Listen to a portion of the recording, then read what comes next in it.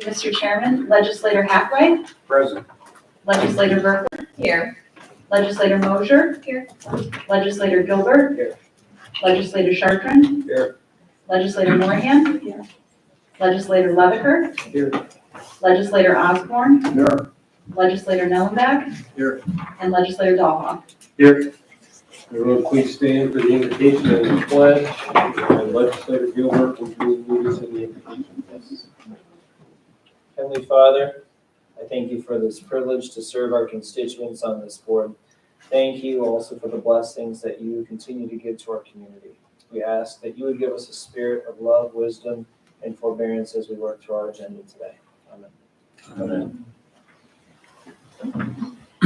I pledge allegiance to the flag of the United States of America and to the republic for which it stands, one nation, under God, indivisible, with liberty and justice for all.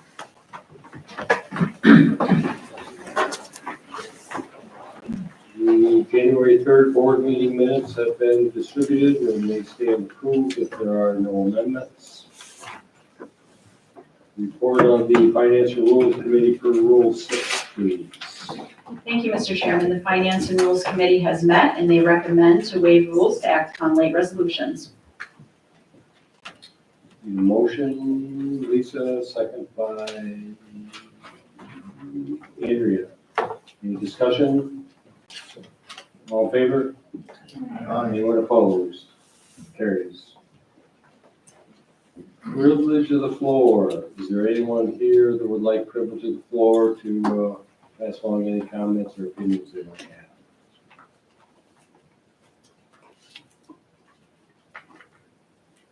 If not, we will leave that open and we will move to look at the board reports, please. Thank you, Mr. Chairman. A resolution was received from St. Lawrence County opposing any alteration to New York State law that would change the mission and function of soil and water districts without input from the County Board of Legislators and Supervisors, New York Farm Bureau, New York State Department of Agriculture and Markets, and the four-way partnership of the Soil and Water District System that include Natural Resources Conservation Service, New York Association of Conservation Districts, the State Committee, and the Employee Associations. Real Property Tax Director Candy Aiken and County Treasurer Eric Berkler have filed an approved application for 2022 corrected tax rolls for property owners Philip, Donald, Benjamin, Jason, Kevin Carroll, and Matthew Cooper. Weights and Measures Director Brian Mooney submitted the December 2022 field service reports, which have been placed on file. The following departments have submitted their 2022 annual report: Building Codes, Building and Grounds, County Clerk, Emergency Management, Highway, Information Technology, Junkyards, Office for the Aging, Planning, Probation, Public Health, Purchasing, Real Property, Recreation, Forestry and Parks, Solid Waste, and Treasurer. That concludes my report. Any questions? Thank you, Cassandra. And we'll move on to standing committee reports. Start with Finance and Rules. Tom, please. Thank you, Mr. Chairman. I have nothing at this time. Any questions for Tom? If not, we'll move on to General Services with Ian. Thank you, Mr. Chairman. I have nothing to report, although my Vice Chair, Mr. Chartrand, does have a motion.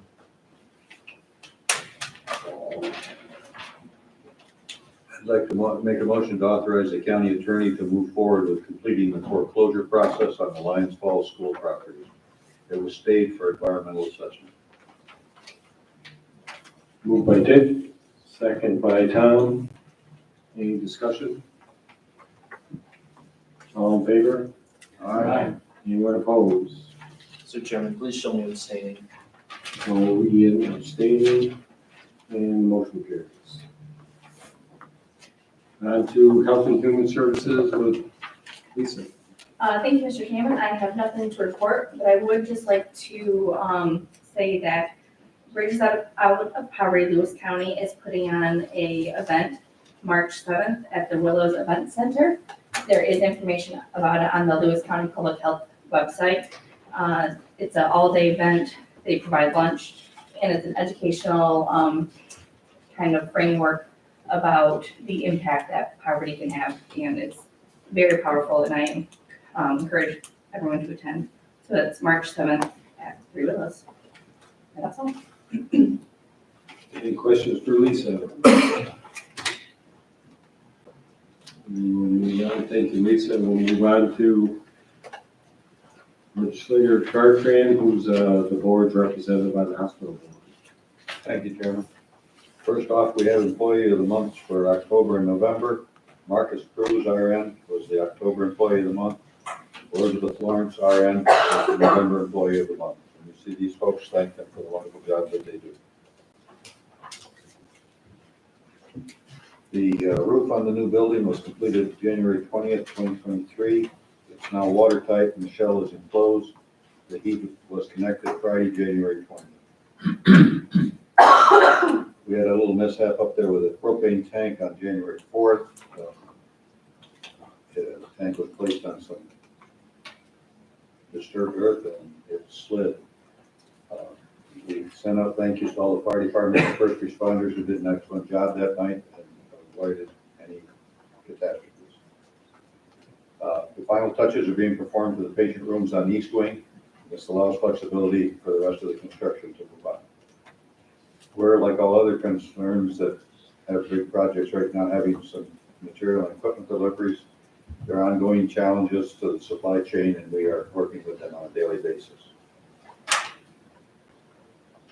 We had a motion to create a technologist card with a salary of $28.52 to $38.96. We're creating 3 mammography technologist cards, same salary schedule, and we're abolishing 4 full-time radiology technician cards. This is just cleaning up the paperwork and putting the duties that the people are actually doing into the job descriptions. So there's no impact on the budget. We had Judge Neri, who made a ruling Friday, January 13th, that the governor's state public law was not sufficient. And we're working with Haney's to see that that stays, as the judge said, for the subsidies. Okay, and barring any comments, that's my report. Or questions? Any questions for Dick? Thank you, Dick. And we'll move on to our project manager's report. Jim and Nick Carrillo. Again, I'd like to thank the legislators and the board for allowing me to report on the project. We're currently running a couple weeks behind the DSS. We spent quite a bit of time for the critical path schedule to monitor the activities.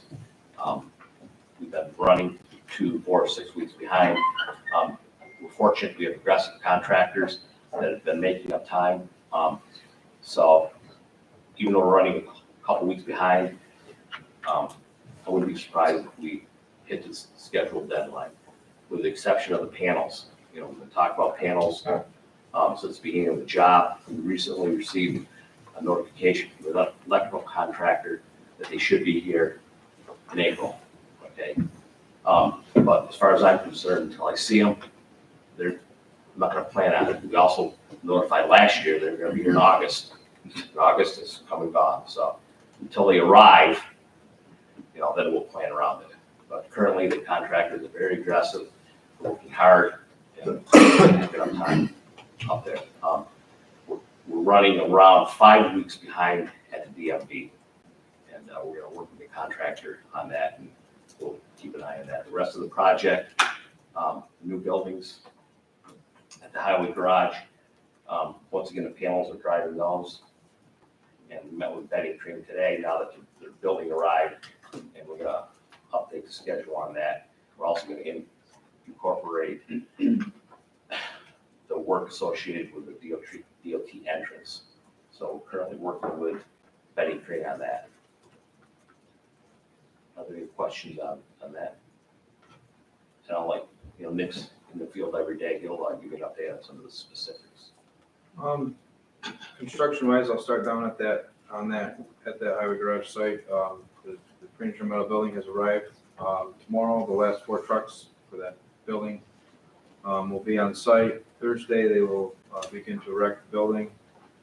They're thinking somewhere around 8 weeks to have that whole building up. Then they can work on the inside, but there should be a lot of changes happening down there in the next couple weeks. On that side, and in the cold storage building, the overhead doors that went in, and on the inside, the electrical roughing and sprinkler roughing has started. And then the same thing at the wash bay next to it, the doors have arrived, and contractors are inside roughing in, the mechanical and electrical are in there. I'll go over to the DMV site next. Trusses arrived last week. They've been on site. They arrived Wednesday of last week. With the weather, they didn't jump right on it. It was -40, so but Monday they got right on it. They've been setting trusses, and I'm hoping for the end of the week to get that almost dried right in. Up at DSS, that building is flying right along. Interior wise, they've did the floor mitigation, floor prep. A lot of painting is going on, ceiling tiles are going in, heating, vent tube around the outside is all gone on. That building, finishes are starting to happen in there. It's starting to really look like a finished product in that DSS building. And then the maintenance garage next door, they've got the interior walls all done. They've got the ceiling liner panel in, and the outside walls there are all done. That's really taking shape as well. And some nice weather comes up, and they'll be on the outside putting metal siding on there. But, it's really moving up there.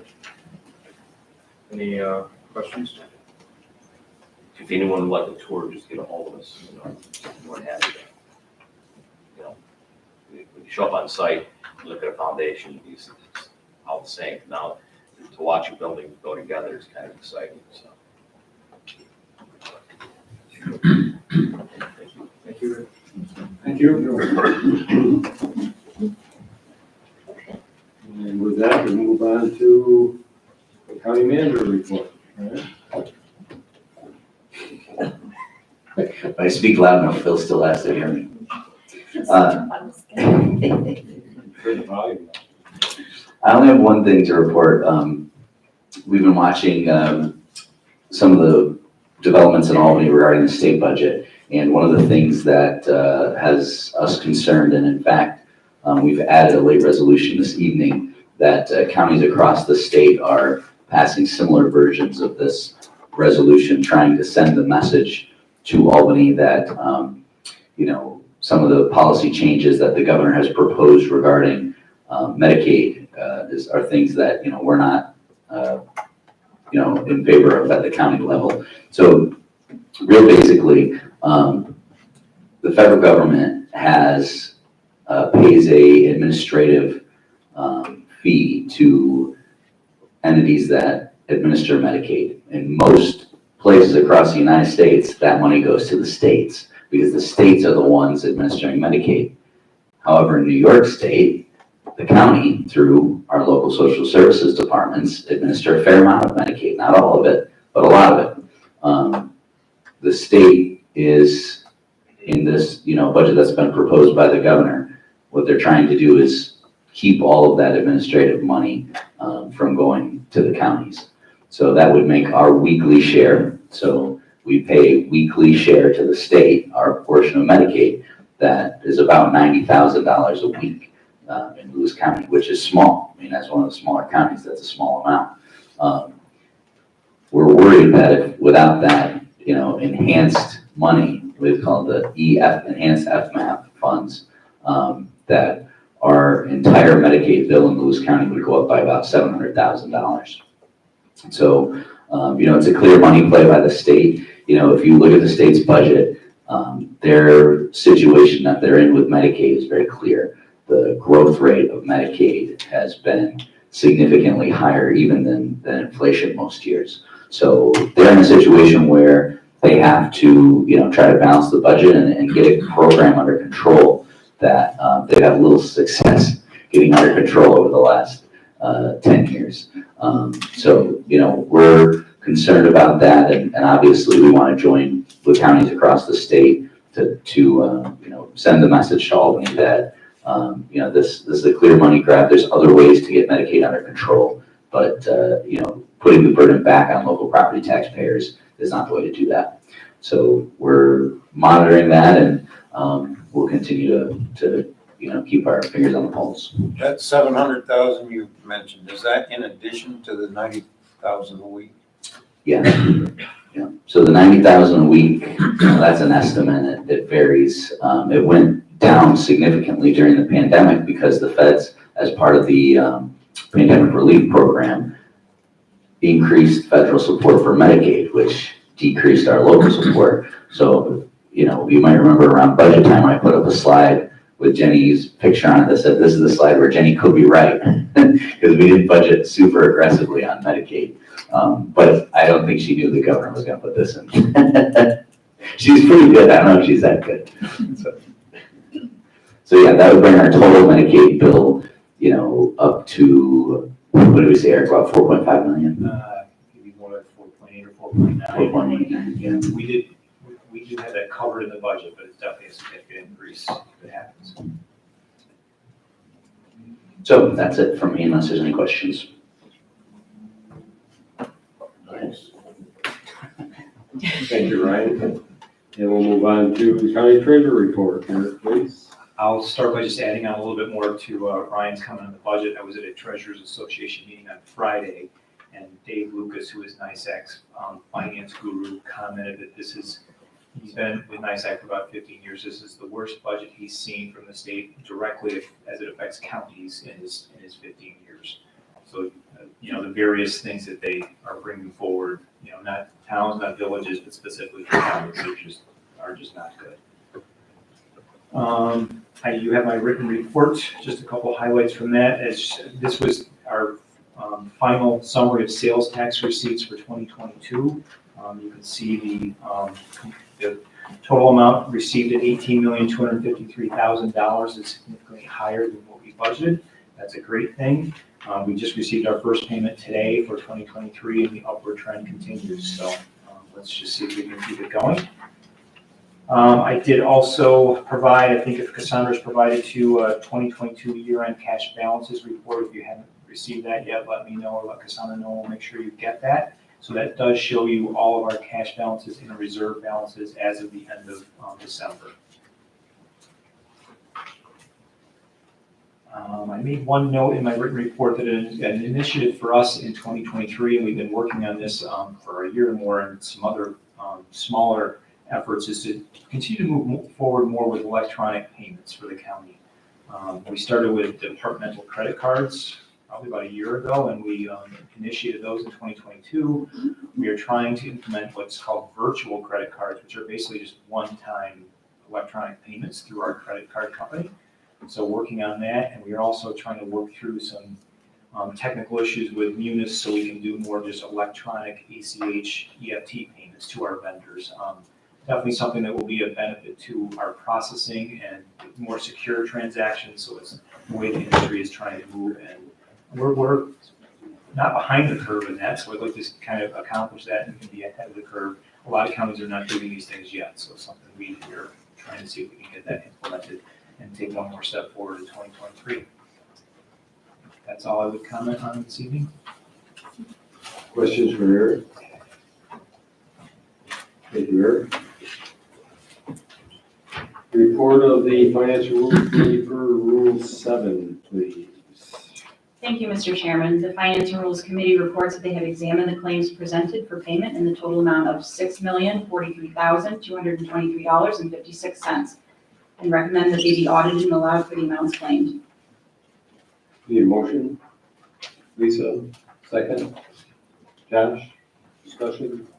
I just need to be shown as abstaining from a couple of the payments. Anything that was approved to attorneys under the assigned counsel, because I approved it as the assigned counsel administration. Then there's a payment to myself under my contract with the county for the assigned counsel administration. Okay. Other than that, all in favor? Aye. Anyone opposed? And the motion carries. Consent resolutions. We have listed individual resolutions to be number 9, number 12, 19, and 30. Are there any other resolutions that people would like voted on separately?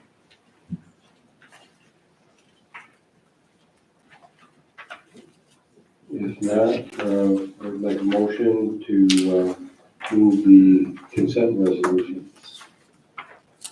Jessica, and a second. Dick, any discussion? All in favor? Anyone opposed? And the slate of consent resolution carries. And we'll go back to the individual resolutions. Resolution number 9-2023, auditing and allowing claims in the amount of $6,043,223.56. Moved by Lisa, second by Bill. Discussion. And this is a roll call. Legislator Berkler, Yes. Legislator Chartrand, Yes. Legislator Gilbert, Yes. Legislator Osborne, Yes. Legislator Leviker, Yes. Legislator Moorhan, Yes. Legislator Nellenbach, Yes. Legislator Hathaway, Yes. Legislator Mosier, Yes. Legislator Dahlhoff. Yes. Do we, any reason to pass on 12 and do that one last, get the other two done first? No, that's fine. So we'll move on to 19. Resolution number 19-2023, resolution opposing Governor Hochul's proposed ban on fossil fuel heating equipment in residential and commercial buildings. Moved by Phil, second by Jeff. Any discussion? I'd just like to thank Cassandra and Joan for making sense out of my rambling rant the other day and coming up with something nice like this. I appreciate that. We're used to that. I've heard that a lot. Ryan told me to say that. Yeah. Must have made mostly sense, Phil. I think they get the gist pretty well. It clearly defines our position. It certainly does, and I appreciate it. Thank you. All in favor? Aye. Anyone opposed? And the motion carries. Resolution number 30-2023, resolution calling on the state of New York to continue pass-through Federal Affordable Care Act enhanced federal Medicaid assistance percentage funds. And this is moved by Lisa, second by Andrea. This is what Ryan just covered. Is there any further discussion? All in favor? Aye. Anyone opposed? Motion carries.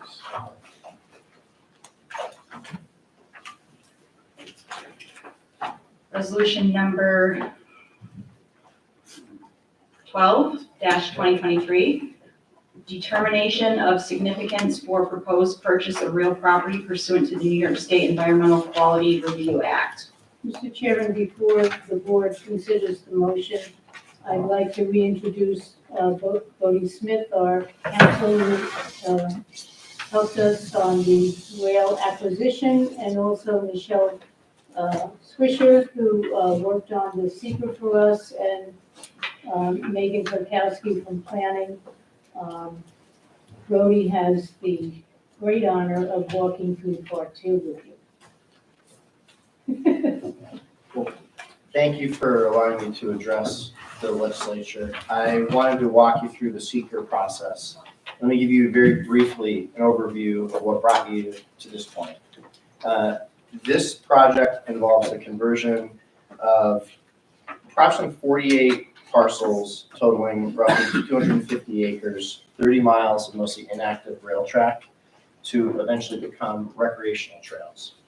So you initially began by beginning the eminent domain process through sending certain notices that resulted in some litigation from the other side.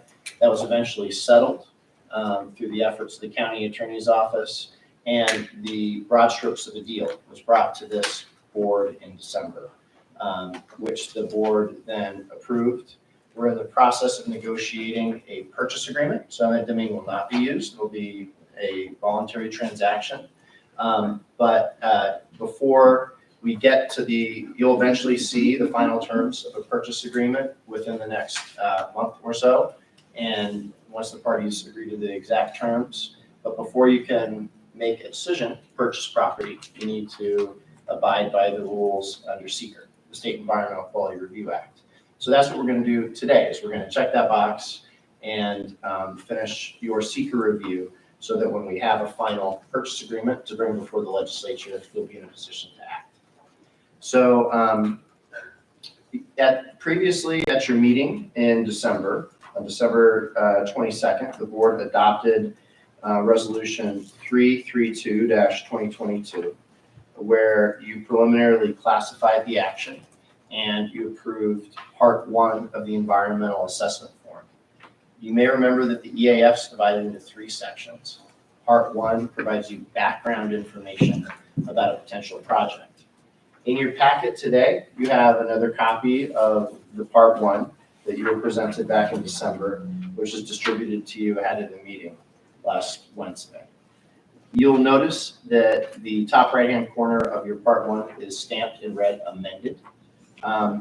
The amendments have to do with, as the county attorney's office negotiated the particulars of the transaction, some changes were made in terms on certain parcels where easements were required, certain parcels were added. Also, the description in the Part 1 was modified slightly, which you see on the first page.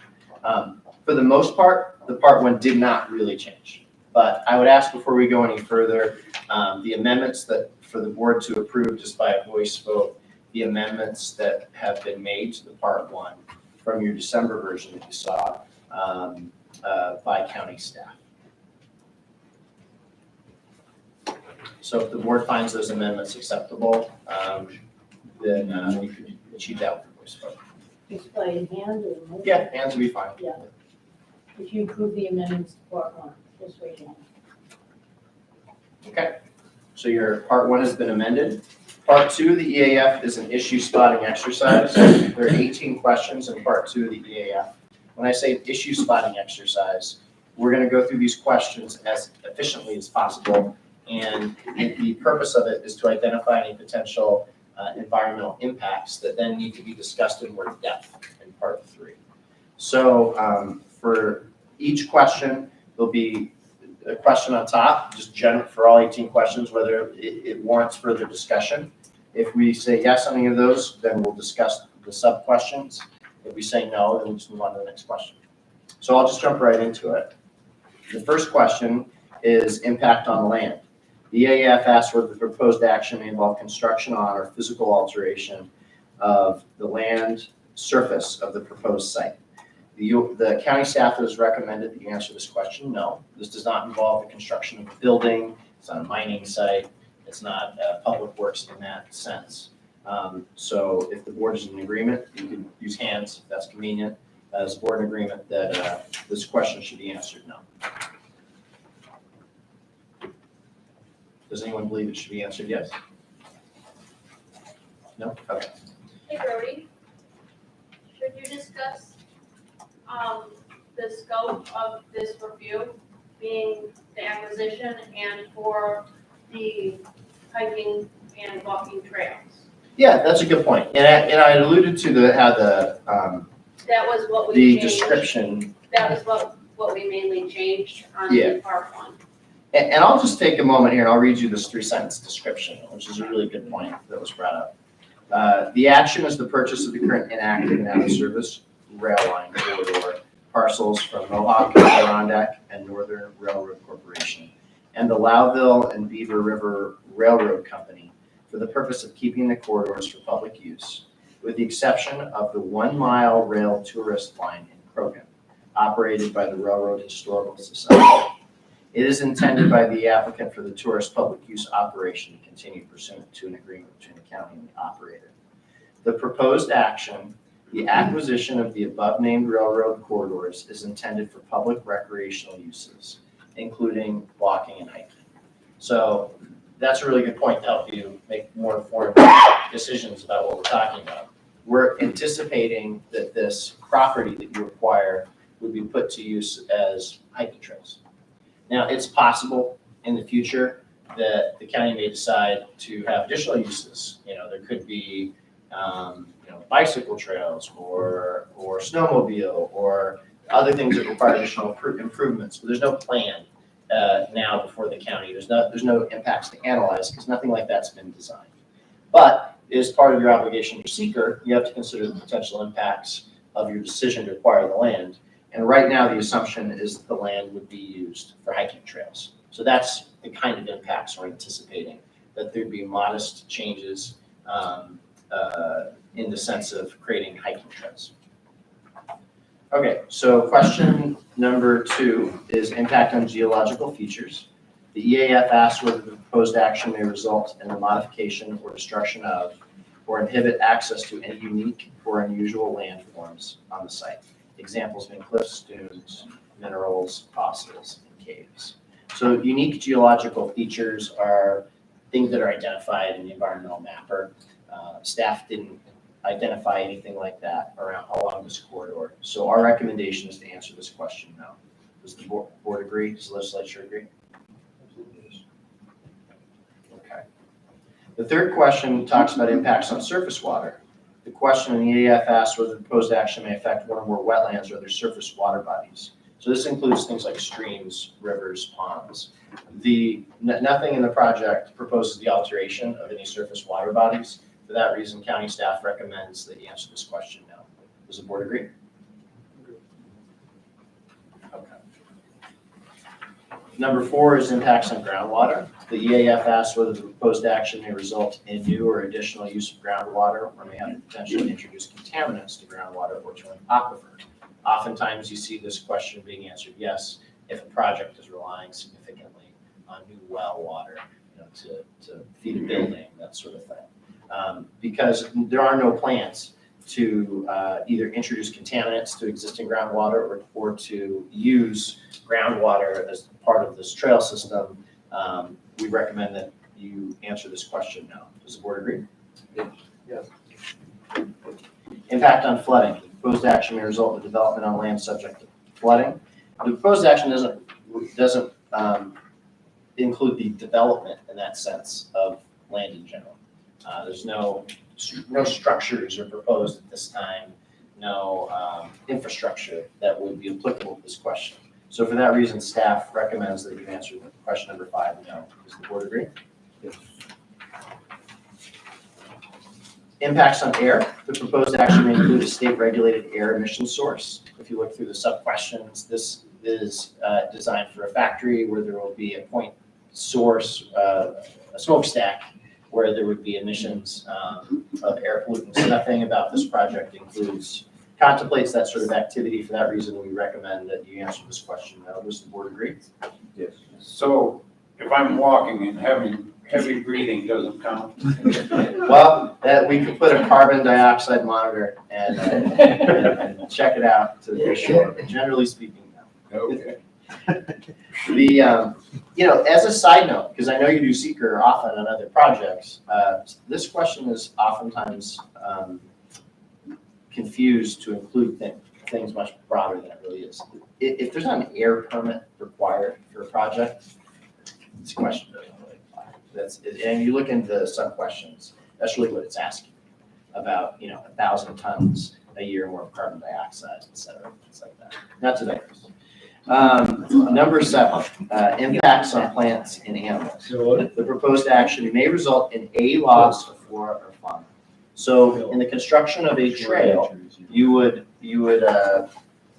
remove some plants, right? So out of an abundance of caution, we recommend that you answer this question yes, and we go through the sub-questions. Does the board agree?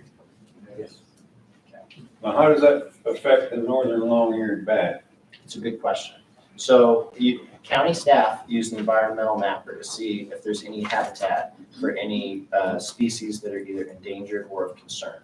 If you look at part 1 of the EAF, they're all listed. And these are animals that are prevalent throughout the area. let me tell you what page to look on, so you have to hunt for it, so you can be aware of those arrows. Don't list them, I'm good. Okay, it's the second to last page of the part one of the EAF. It's the whitefish and the mayfly along with that, so I won't list them all. But the bats are affected when you remove mature trees during their hibernation season. Right now, it's not anticipated that you'd be removing any trees large enough to affect that. The reason we recommended, at least going through the sub-questions in this, because you would anticipate in the creation of trails, removal of brush and that sort of thing. But the removal of brush will not affect the breeding season, I should say, of the bat. So that's a good question. So going through the sub-questions, will the proposed action cause a reduction in the population or loss? And then in the different letters, they list different categories of species. So letter A is endangered species. Letter B is rare or threatened species. Letter C are species of special concern. Letter D talks about the degradation of habitat used by species of special concern with conservation need. Letter E talks about diminishing the capacity of a national natural landmark. Letter F talks about proposed action resulting in removal of or ground disturbance of any portion of a significant natural community. That's a defined term, so it's an area of special concern. The proposed action in letter G may substantially interfere with nesting or breeding, which we just talked about, or overwintering habits of predominant species. Letter H is any time it's the conversion of more than 10 acres of forest or grassland. Nothing about creating a trail system is going to impact any endangered or species of special concern. Really, letters A through G are not applicable for that reason. Letter H, I want to give you a couple examples of what the DEC handbook recommends you think about when trying to evaluate a project that may involve the removal of perhaps 10 acres of vegetation. We don't, there's no way of knowing exactly how many acres of vegetation the trail will require, but for argument's sake, we'll take a moment, we'll think about it. Examples of small to no impact include a very small, the removal of 1 to 10 acres are disrupted and converted, and impacts may be small if they're similar or remaining lands of significant size elsewhere. Other factors that the workbook, that DEC's workbook points out are, does it fragment a natural community? Meaning, is there a habitat and you're somehow severing it? And so none of these things, when county staff looked at this, struck us as a narrow trail. It's not fragmenting habitat. A narrow trail is not destroying habitat that isn't prevalent elsewhere in the county, and it's something that's special or unique. For those reasons, we recommend that you answer the sub-questions in number 7, all no to small impact. Does the board have any questions about that? Does the board agree? Yep. Question 8 is the impact on agricultural resources. Nothing in the project would involve the destruction of any agricultural land or the use of any land with prime agricultural soils. For that reason, the staff recommends that the board answer question number 8, no. Does the board agree? Number 9 is impact on aesthetic resources, whether the land use, the land use and proposed action are obviously different from or in sharp contrast to current land use patterns. It isn't. We recommend that the board answer this question no. Does the board agree? Yes. Number 10, historic and archaeological resources, whether the proposed action may occur or in or adjacent to a historic or archaeological resource. Staff recommends the answer to this question yes, and go through the sub-questions because there are historic buildings located in the vicinity of the project area. Does the board agree on answering this question yes? Okay. So going through the sub-questions, letter A asks whether the proposed action may occur wholly or partially within or substantially contiguous to any buildings or architectural sites which are listed on our register. So it is true that along this, as you might imagine, this 30-mile swath of the county, there are historic buildings located here and there. Staff has recommended that this potential impact be characterized as small because the creation of a trail is not going to interfere with your ability to view a historic building. It's not going to alter any historic building or resource. Does the board agree that this would be a small impact on historic resources? Yes.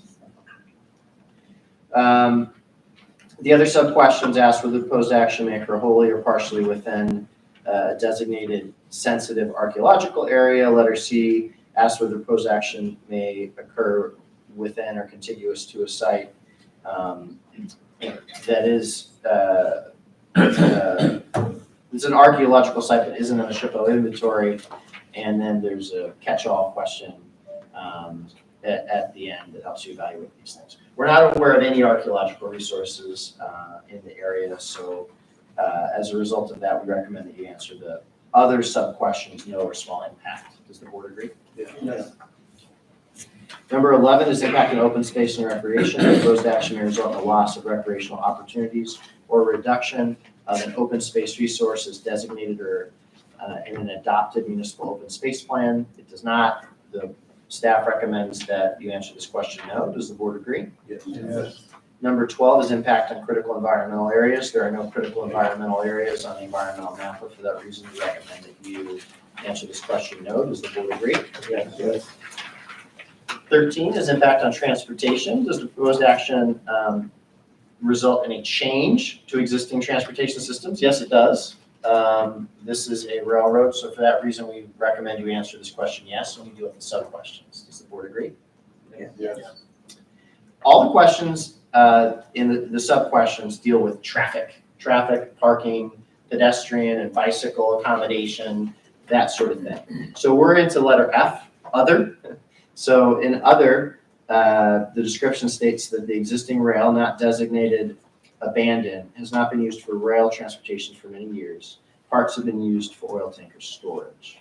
So what that means is abandoned is a term of art under federal law. So this rail has not been technically, legally abandoned yet. We're in the process of doing that. That's one of the things that has to happen before you can close on the property.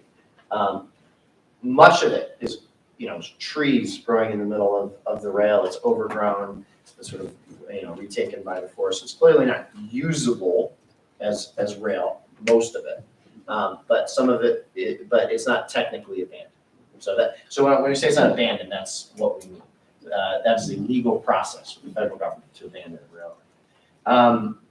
There are portions of it that have been used not so much to transit from point A to point B, but to store rail cars. And the acquisition is not the entire scope of what we'd originally intended. The rail has decided to retain some portions of the track to continue doing that. But the portions that are being conveyed will no longer be used for that purpose. They'll be used for the hiking trail. So none of those, staff recommends that you answer that no or small impact. And the reasons no or small impact is because this area, this portion of the rail line has not been used as a rail line. And there's no plans in the foreseeable future or need to do that. So for that reason, we recommend you answer this question no or small impact. Does the board agree? Yes. Energy, the action will not have any sort of increase in the use of energy, so recommend you answer this question no. Does the board agree? Yes. Number 15 is noise, odor, and light. We do not anticipate the use of the land as a trail system to generate any of those things in any significant way. So recommend number 15, you answer that question no. Does the board agree? Yes. Number 16 is impact on human health. This question deals with exposure to contaminants like hazardous waste and chemicals, that sort of thing. This project doesn't involve the use of any contaminants or the creation of hazardous waste. So we recommend you answer that question no. Does the board agree? Yes. Two more. Number 17, is it consistent with community plans? You would answer this question yes if it was inconsistent. It is not inconsistent. Your community planning documents talk about the need for additional recreational trails, et cetera. So we recommend you answer this question no. Does the board agree? Yes. And consistency with community character. The county staff recommends that you answer this question no. We believe that the trail system would be consistent with the community's character. Does the board agree? Yes. So you just finished part 2. The last part of the EAF is part 3. In part 3, you're called upon to determine whether any moderate to large impacts that you identified in part 2 would have the potential to result in a significant adverse impact on the environment. If you determine that they do, then you would require you'd require an environmental impact statement, so more study to be done before you would vote on this project. Here, you have not identified any impacts to be moderate to large. So that indicates to me that you should vote to state that this project will result in no significant adverse impacts on the environment, and therefore an environmental impact statement need not be prepared. This is sometimes referred to as a negative declaration. So here I believe you should do a roll call if the board wants to issue a negative declaration. That's actually in the resolution. Yes, that's the resolution. Thank you, Jim. So we wrote up a resolution for you on that. And this resolution goes through a lot of what we just talked about. This document looks like this. There's the background, 48 parcels, 250 acres, identifies the location, talks about, the fact that you've discussed this at other meetings, that there's been public interaction. When you get to the second page of the resolution, what we did is we took the regulation in SEQR that this EAF is based on, and we cut and pasted that into the resolution, and we analyzed each one and included the information that we just talked about. So if you look at on page 2, number 2, A through L, it tracks very closely the conversation that we just had. And then finally, number 3 on page 3 states, based on the information analysis above, this action will not result in any significant adverse environmental impacts. And that's the negative declaration. You adopt parts 1 through 3 of the EAF, and you direct the county attorney's office to file the necessary paperwork. So if the board agrees with all that, you can, and if you adopt this resolution, the net effect of adopting this resolution is issuing a negative declaration and completing your obligations under SEQR. Okay, someone like to move that?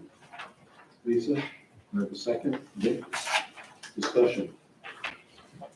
Mr. Chairman, again, I just want to thank Michelle Swisher, the Director of Soil and Water, and Megan Klukowski from our Planning Department. The 4 of us made a really good team to analyze this and make it readable and to analyze any of the areas that we thought might be of concern to the board, and we really studied it. And their expertise was incredible, so I just want to thank them for all their hard work. Any further discussion? This is roll call. Legislator Mosher, Yes. Legislator Chartrand, Yes. Legislator Gilbert, Yes. Legislator Hathaway, Oh, yeah. Legislator Leviker, Yes. Legislator Morahan, Yes. Legislator Nellenbach, Yes. Legislator Osborne, Yes. Legislator Verkler, Yes. and Legislator Dahlhoff. Yes. Thank you, Billy. Thank you very much for your time. Enjoyed it.